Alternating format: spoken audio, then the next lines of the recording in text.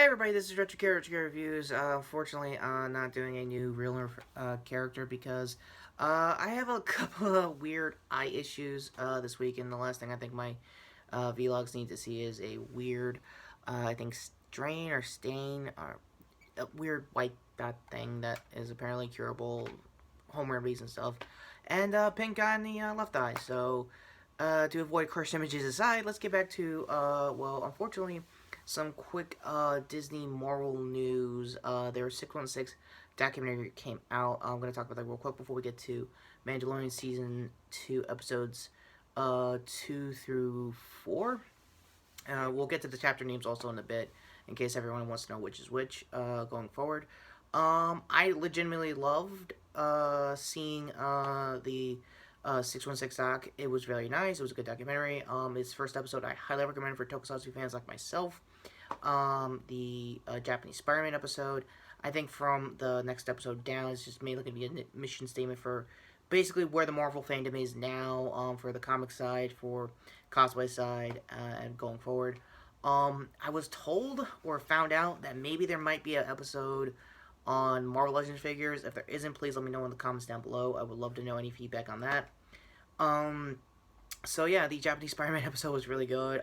They got, I think more cast members than I thought they were gonna get from the original show. They got Gene, who was the original, I guess, creative from Marvel that helped relations with Japan during that time in the 70s. Again, not to oversell the Japanese Spider-Man. It's basically an old 70s show that Marvel was trying to do to make Spider-Man a thing there. It's very weird, very old school show error, and if anyone wants to see it, I'll leave the link above to, I guess, a preview clip in case you don't have Disney Plus at this point. So yeah, it's worth a watch for that episode alone if you want to get an idea of how they had to market internationally even back then. So it really was very entertaining and very engaging and informative, like many docs should do. So that being said, let's get to Chapter 10 on Season 2 of The Mandalorian, The Passage, and Chapter 11, The Harris, because those are basically what everyone thought was going to be a two-part episode. Kinda yes, kinda no. So I'll just go over the only highlight I can actually remember from Passenger was Baby Yoda eating a bunch of eggs from the client that Mando was trying to bring to the nearest planet that was going to get more intel on future Mandalorians, which also did get a payoff that following episode. I think there was another director cameo as one of the rebel pilots that was chasing Mando in this episode. Yeah, it looked pretty cool. It's a nice little callback. He does show up later in episode 4, aka chapter 12. Anyone's going by chapter basis. So yeah, let me get the director's name real quick. Peyton Reed was not one of those flybys. Never mind. In case anyone wants to know his Marvel credentials, he did the first two Ant-Man movies. Technically, if you also remember way back when I was doing the Ant-Man review, it was really someone else's baby before he came in. Again, that movie review basically covered it in case you're new to my channel. So I'll leave it up in the cards as usual. So anyway, getting back to this episode, again, like I said, it was a basic, fetch quest kind of deal, get in, get out, didn't go well. You get a really cool ice spider, earlier on in that episode. It was really nice. A lot of the only Baby Yoda moments, I guess I'll just call it the child for now, because I like the term, and Hasbro marketing is going with it, because there might be a surprise if I could get it in time for the season finale, who knows. So yeah. Not a whole lot. It was okay. Richard Yoda. I hope I got that last name right because I just actually got into watching uh Garth Marenghi's Dark Place during Halloween, and I might make a Halloween review just on that alone. For those who don't know, it's a fake show within a show kind of thing, and it's readily available and very free. I think there's a playlist above, hopefully. Definitely worth a look into if you guys want to watch that for next Halloween for like just shits and giggles. Yeah, he showed up again as Zero for the Frog Lady to basically use as a way to communicate through Mando to explain, yeah, we really need to get this done quick, and They barely do. The fly scene early on in that episode with the pilots was actually pretty sweet. And I guess I'll just pack all these episodes together as its own individual 5 systems, since again I don't have time, so they'll see if they generate into overall 10 for my rating system. So for now, it's a nice 4.5. It's good. It's a decent, like I said, fetch quest kind of thing. There's a lot of characters here that do have payoff later on when we get to episode 12. Sorry, chapter 12. For this season. So with that said, let's get to episode 3, aka chapter 11, the Harris, and let's just get one dumb tweet out of the way, because apparently New Year's Sarkeesian had the goal to say something about boob armor. Again, Fatman DD1, one of my local guys I actually want to support, Car 2, he went all in on that. I'm also going to leave Shadiversity's channel, because he also talked about it in multiple videos, how not only it's kind of makes sense, it's also historically also made sense. It again, he's more well-versed and wears more and probably cooler armor than I'll ever make, because again, he's more of a Renfair guy and I'm more of a Nerf guy, so nah, what are you gonna do? But yeah, he's more knowledgeable, basically slam dunks what everyone was been slam dunking on Twitter the last couple of days now at this point, leading up to this new episode. So other than that, Bryce Dallas Howard did come back for directing for this episode. She did a pretty good job, and I think the thing I notice every time when she directs an episode is that she is always cast to direct episodes where Mando can make a choice of not following the ways of what he was told on his creed, and that sounds like more or less that kind of thing, and that's the good through line. And if nothing else, Bryce does a pretty good job. I know nobody really liked Sanctuary with the AT-AT episode. I thought it was fine. It was a nice little mini movie of its own, honestly. And I think Bryce can do a really good job and learn from, because her father, Ron Howard, is also a director and is kind of, I guess, in business terms, a better legacy director to move on with that kind of, I guess, family lifestyle of how to, direct movies and episodes like this. So for the Harris, it's pretty good. You get fan favorite characters, like Bo-Katan from, I believe, the Clone Wars that Dane Filoni did the animated version for, and was also played by Katie Sackhoff, who I have a very long fracking history of actually liking Battlestar Galactica. Maybe I'll do a retro review someday. However, when looking into what she's been doing after the show, turns out she has she has a YouTube channel, and it's actually pretty good. Hopefully this will be my last card, but since I also talked about Halloween stuff earlier, she actually reacted to one of her early movies she was in, which was Halloween Resurrection. No joke, it was her first movie ever. And she had a lot of nice, behind the scenes kind of business insight of how to handle, weird shoots like that, even for a basic bitch horror movie that was at the time. I highly recommend the video. It's worth the time. I also highly recommend her channel because she got a good handle of it, unlike some, actors that have to do channels nowadays. Hi, Brie Larson, how you doing? So yeah. Also, another thing everyone pretty much was weirded out on was if Sasha Banks was in this episode. Yes, she was, and no, she wasn't. Ahsoka Tano, aka the other fan favorite character from the Clone Wars that is also going to show up hopefully next week. She's also just another, I think it wasn't a Mercedes. Oh, wow, that's her real name. I'm not going to say it because of kayfabe purposes, and I want to keep her life intact. Wrestling-wise, she's actually a decent women's wrestler. If you also remember my old interview with, damn it, I forgot his name. I did an old interview back then with a small podcast. I think it was the Tipsy Gentleman podcast. Hopefully I got it. I'll leave it in the description. She might have also, when I was reporting back then, she might have sort of did some dodgy things with Paige, who's no longer wrestling due to neck injury. That might have been a Stone Cold situation.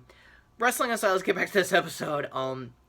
Giancarlo Esposito did come voiceover-wise as Moff Gideon to tell some Imperial guys that was doing another ship run to just, no, sink the shit. I don't need, these guys got a guy, it's forfeit your shit. It was kind of like that. For Giancarlo Esposito, he is doing a great job also as Moff Gideon. He does also get a payoff in the next episode, which was this week's episode. So I'll get to that real quick in a bit. Let me just finish up here. For Bo-Katan, she's also a prequels character that got a lot more explained in the EU for those extended universe books and stuff. And I think Katie Sackhoff was a good fan favorite. She was always a fan favorite casting regardless. I think I also said this with my Toku editorial with Power Slash Winter. She was also fitted for just a multitude of franchises that people thought she would be a good fit for. I would probably make those kinds of videos too, even like if Kamara ever gets adapted, I would totally put her as like Kamara Femme in Ryuki. Obviously, I would do the same thing too if it was me 10 years ago. So yeah, again, it's a short episode also. It gets the point across. As far as Baby Yoda stuff, he was pretty much at the wayside. Just looking at the eggs he almost ate turned into kids, because that also got paid off. And the effects is kind of weighing. There's being a little more practical, which is nice. You know, you got to keep a strong budget where you gotta lie. The puppetry is not bad. It's a little comical with the string, because I think in the Baby Yoda's case, in the previous episode, he was just running around like if I was like doing one of my if I was holding up one of my action figures and I was just like running around to the side. Let me see if I can get one real quick. Sorry for the delay. Kind of like this, just it was kind of like that. It was kind of cool. So overall with this episode, despite Anya's attempt to try to, I guess, undermine a good thing, aside from that, it's still a strong episode, still worth a watch. And again, in Bryce's case, she does know how to write, or in this case, direct, how to like give Mando like an out if he doesn't want to like go hardcore with Creed at this point, like. Because the reason why I mentioned that early on is that everyone didn't want to wear the helmets because it's not required. It's a cult thing in certain circles that apparently Mando's in. He didn't know. So, again, that's why I like keeping. I think Bryce is doing a good job, like going through that through line subplot wise. Maybe it'll pay off someday. Maybe for the final episode of the series, whenever that happens. Who knows? So that also said, the final episode for this week. The Siege, Chapter 12, for those who are going by chapter basis, is probably going to be the shortest. It's sitting at a cool 40 minutes. There is also payoffs to, like, again, intercut from, like, this season alone, but people from last season. So, again, if everyone wanted to know when Carl Weathers and, let me get her name, Gina Carano's coming back, they both came back in this episode. They did basically a quick little side venture, but it was not bad. They got a lot of things going off plot-wise that they can work off of for the rest of the season. More specifically, cloning is becoming a thing for the Empire at this point. For those who sat through episode 9, you know where this is going. But there is probably more going on than just, you know, bringing back old evils. Probably, you know, getting more Death Troopers out there, more or less as like a base run. That some people were probably mentioning in other channels. Moff Gideon does show up again in the back end of the episode just to show that stuff is building behind the scenes, like he's getting ready for the next one. And there was a character I forgot to mention in Chapter 10 that Mando briefly looked at, because he was he was always going through like multiple guys like fixing up the ship. By the way, the Razor Crest was a beast in episode 4 for this season, and wow, it's amazing. Like, they pretty much had the most get hype moment of him just like running around getting like everything done on like most of the TIE fighters that was in this episode. It was pretty cool. I'm gonna be jumbled on the spoils on this one, so yeah, watch it yourself. It's definitely worth a watch. This whole season's still worth a watch, honestly. So that all being said, another character that came back that was pre this season was actually the bounty Mando scored on the pilot episode. He actually made a return and actually was really helpful throughout this episode. Because again, the siege was really nothing more that hasn't really been established. Like, I think if my bad if I got this planet wrong. That was in the pilot episode and throughout most of season 1. Rivaro pretty much got a very republicified. Basically, it's very peaceful, very nice. There's just pockets of Imperial a little bit here and there, not much, but again, they still got to get it done to get more, you know, trade coming in. Again, if you're going by that subplot-wise. Yeah, so for the guy that was from the pilot, he's just basically a secretary. They just demoted the shit out of him for like a couple 100 years sentence. Just do taxes and you're good. And since some aliens in the Star Wars universe can actually do those sentences and handle those lifetimes, unlike, you know, some humans and stuff, I don't know. It was kind of funny. It was a nice little, like, interval there. The child really didn't really do much. Also, I guess they want to use the kid sparingly for the rest of the series because they realized that's the moneymaker, and I could kind of see why. He was basically stuck at, like, a school they actually got up and running since Mando was last there. And it was pretty cool. It was a nice little bit for those who are out there just looking for that kid. It was kind of cool. I will say when the Racer Crest was going after the remaining TIE fighters in this episode, the Baby Yoda was just basically going, like he was at a freaking uh at a theme park or something. It was really funny. It was really cool. It was fun. He did instantly puke, but the build-up was definitely worth it. My camera, my mobile's probably getting a little filled up on memory on this one. So as much as I would like to freak you all out to see my eyes, believe me, even I don't want to do that kind of cursed image stuff. I'm not young, are you? Anyway, end cards finally coming up. My overall thoughts before we get to the end cards is for chapters 11 and 12, they're both going to get a straight 4.5. Like I said, they're short. That's mostly the reason why they're getting the 4. They're getting it straight instead of just like a 0.5 is mainly because, again, it's building up, expanding the world, and it does take a rewatch to understand what's really going on. My video doesn't help, obviously, so go to more knowledgeable podcasts out there in the channels. I'm not hurting on views or subs. You can do it if you want. It's okay. Thank you for coming and staying, by the way. If you are going to stay, thank you. So overall for these 3 episodes, I'm going to give them like a 9 out of 10. The only one I think that is the sluggish, the slowest one of them all that gets the plot going, I want to say is The Passenger. Like, that's like the only episode that feels like they're just trying to pad the time, but they do it effectively. I'm not against it or hurting it. It's, again, just fine. Best episode for both chapters 11 and 12, best scenes I want to say, is basically the start of the Imperial heist that we're trying to do in chapter 11. That was really cool. It showcased all the Mandalorians, like, with their armor just pouncing on a shitload of stormtroopers. Decent combat, decent stuff. Mando's armor really got pounded, but definitely it's impenetrable for most phasers, but it showed that it can really hit you hard when you know when someone knows what they're doing. And for chapter 12, like I said, the best scene is going to be the Razor Crest drop in. It was really cool. It was really nice. The episode itself is not bad. It still explains stuff that happened post season 1, so you guys want to get like an idea of who you saw from that episode. It's awesome. I'll probably explain more of that when I get to my overalls with the season. When the final episodes drop, and I'll probably do that as my final overall rating for the season there.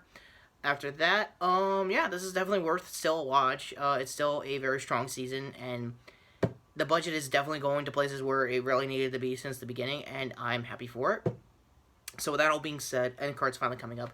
Go to wish I could show you my crappy eyes. Believe me, it's not worth it. Here to my previous video, and shirt here to sub to the channel, and other previous video right here. Again, I think one of them was my New Mutants review and other Marvel review. So again, that all actually being said, this is the way. I'm Retrokid Reviews, and again, I would love to show these cursed eyes, but believe me, it's not worth it. I will say, Baby Yoda is definitely looking more and more like a puppet. Again, probably because of budgetary reasons, but hey, like I said, this is the way. For now.